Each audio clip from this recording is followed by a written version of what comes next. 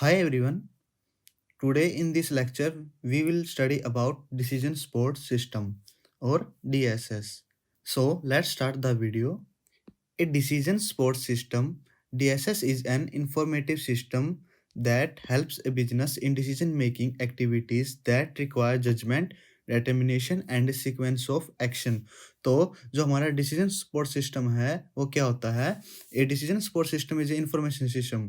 जो कि हमारा डीएसएस है वो क्या है? एक इंफॉर्मेशन सिस्टम है that help A business in decision making.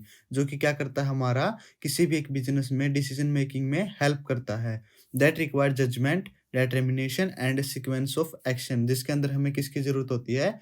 Judgement की, डिटरमिनेशन की या फिर कोई भी एक सीक्वेंस ऑफ एक्शंस की ज़रूरत होती है। ADSS is either human powered, automated or a combination of both. तो जो हमारा एक डीएसएस होता है, डिसीजन सपोर्ट सिस्टम होता है, वो क्या हो सकता है? ह्यूमन पावर्ड भी हो सकता है, ऑटोमेटेड भी हो सकता है या फिर दोनों का कॉम्बिनेशन भी हो सकता है। ह्यूमन पावर्ड का मतलब होता है जैसे कि हमारा जो डिसीजन सपोर्ट सिस्टम हुआ है वो कंप्लीटली किसके ऊपर रिलाई कर रहा है? ह्यूमन के ऊपर। कि जो हमारा डिसीजन सपोर्ट सिस्टम है वो कंप्लीटली कौन संभाल रहा है? एक ह्यूमन संभाल रहा है। सारे के सारे डिसीजन कौन ले रहा है? वो ह्यूमन ले रहा है। उसके बाद हमारा सेकंड है automated decision support system. Automated decision support system का मतलब है कि वो कंप्लीटली क्या है? कंप्यूटर है जो कि क्या ले रहा है? डिसीजंस ले रहा है।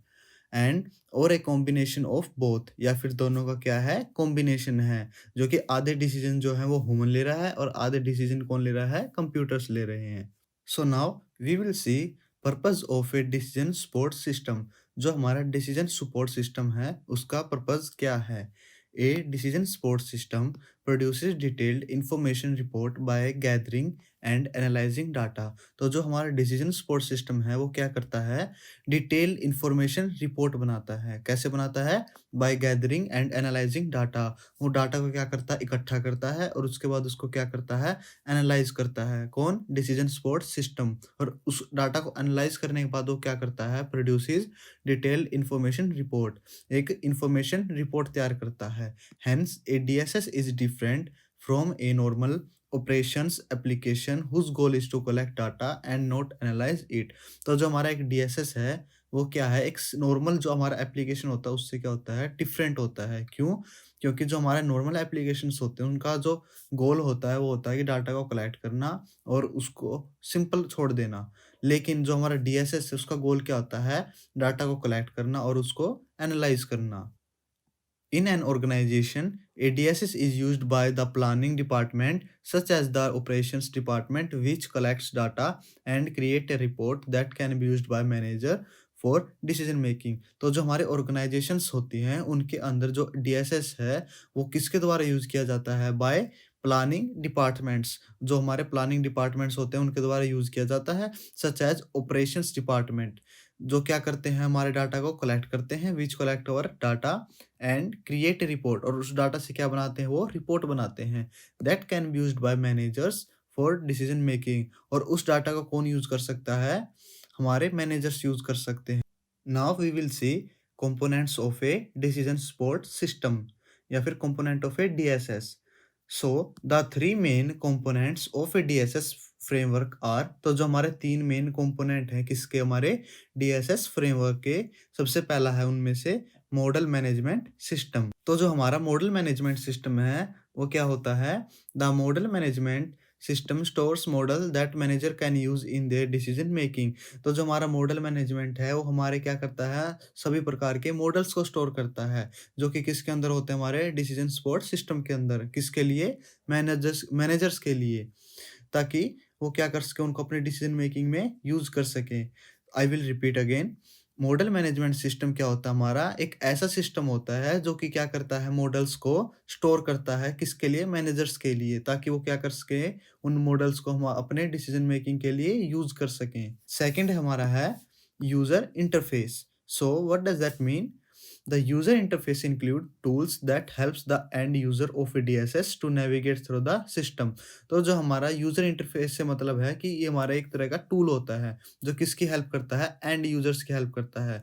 फॉर एग्जांपल हमारा कोई भी एक ऐप है और उस ऐप को कौन यूज़ कर रहा है? हमारे यूज़र्स यूज़ कर रहे हैं और हमारे यूज़र्स को उसके अंदर जितने भी बटन्स मिलेंगे, उनको क्या होगी उतनी ज़्यादा आसानी होगी किसमें? नेविगेट करने में। तो उसी प्रकार हमारा यूज़र इंटरफ़ेस है वो रोल प्ले करता है। तो जो हमारा नेक्स्ट है कंपोनेंट वो है knowledge base. So what does that mean?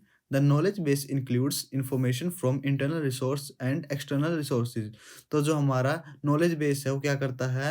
Information को इंक्लूड करता है, इकट्ठा भी करता है। कहाँ से? इंटरनल सोर्सेज से और एक्सटर्नल सोर्सेज से। I hope you understand what is component of DSS. Now we will see what is advantages of a decision support system. So our first advantage is a decision support system increases the speed and efficiency of decision making activities. तो जो हमारा एक decision support system है वो क्या करता है? Speed को इंक्रीज करता है और एफिशिएंसी को भी इंक्रीज करता है। किसकी? डिसीजन मेकिंग एक्टिविटीज की। तो जो वो एक्टिविटीज जिसके अंदर हमें क्या करना है? डिसीजंस लेने हैं, उन एक्टिविटीज की स्पीड को क्या करता है? इंक्रीज करता है। कौन? Decision support system. सेकंड हमारा है it promotes training within the organization as specific skill must be developed to implement and run a DSS within an organization. तो जो हमारा एक DSS है वो क्या करता है? ट्रेनिंग को प्रमोट करता है एक ऑर्गेनाइजेशन के अंदर। As specific skill must be develop to implement and run a DSS within an organisation. क्यों? क्योंकि DSS को रन करने के लिए क्या चाहिए? कुछ स्किल्स चाहिए हैं। तो उनको डेवलप करने के लिए क्या दी जाती है? ट्रेनिंग दी जाती है। हमारा नेक्स्ट एडवांटेज है it improves interpersonal communication within the organisation. तो ऑर्गेनाइजेशंस के अंदर ये क्या करता है? इंटरपर्सनल एक दूसरे के बीच में जो कम्युनिकेशन उसको क्या करता है? इम्प्रूव करता है। So now we will see disadvantages of a decision support system. अभी हमने देखा था कि जो डिसीजन सपोर्ट सिस्टम्स के क्या-क्या एडवांटेजेस होते हैं। Now we will see what is the disadvantages of a decision support system. So the first one is the cost to develop and implement a DSS is huge capital investment which make it less accessible to smaller organisation. तो जो हमारी DSS है उसको develop करने की और implement करने की जो कॉस्ट है वो क्या है? बहुत ज़्यादा है। तो इसीलिए जो हमारी छोटी ऑर्गेनाइजेशंस हैं, हम उसके अंदर DSS को क्या नहीं कर सकते? अप्लाई नहीं कर सकते। हमारा सेकंड डिसएडवांटेज क्या है? वो है ए DSS में lead to information overload because an information system tends to consider all aspect of a problem. तो जो हमारा एक DSS है वो क्या हो सकता है? इंफॉर्मेशन से ओवरलोड हो सकता है। तो इसका क्या मतलब है? Because an information system tends to consider all aspect of a problem. तो जो हमारा एक इंफॉर्मेशन सिस्टम है वो क्या कोशिश करता है? किसी भी एक प्रॉब्लम के सभी एस्पेक्ट को कंसीडर करने की कोशिश करता है। इसी वजह से क्या होगा? It creates a dilemma for end user as they are left with multiple choices. तो जो एंड यूजर्स होंगे उनके लिए वो क्या वहाँ पे बहुत ज़्यादा क्या हो जाएँगी? सिचुएशंस क्रिएट हो जाएँगी, बहुत ज़्यादा ऑप्शंस क्रिएट हो जाएँगे।